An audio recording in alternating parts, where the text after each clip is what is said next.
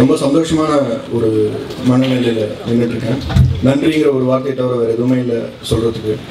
ஏன்னா எந்த ஒரு விஷயத்துக்காக போராடணுமோ அந்த விஷயம் உங்கள் எல்லார்கிட்டேருந்து அந்த ஒரு சப்போர்ட் கிடச்சிருக்கு. புதுசாக ஒரு சினிமா பண்ணணும்னு நினச்சேன். கண்டிப்பாக உங்களுடைய அங்கீகாரம் எனக்கு கிடைக்கும்னு நினச்சேன். அது மூலமாக மக்களுக்கு இது கண்டிப்பாக ரீச் ஆகும்னு நினச்சேன். அதுவே தான் நடந்திருக்கு. ரொம்ப குறைவான திரையரங்குகள் ரிலீஸ் ஆச்சு. நிறைய பிரச்சனைகள் இருந்தது.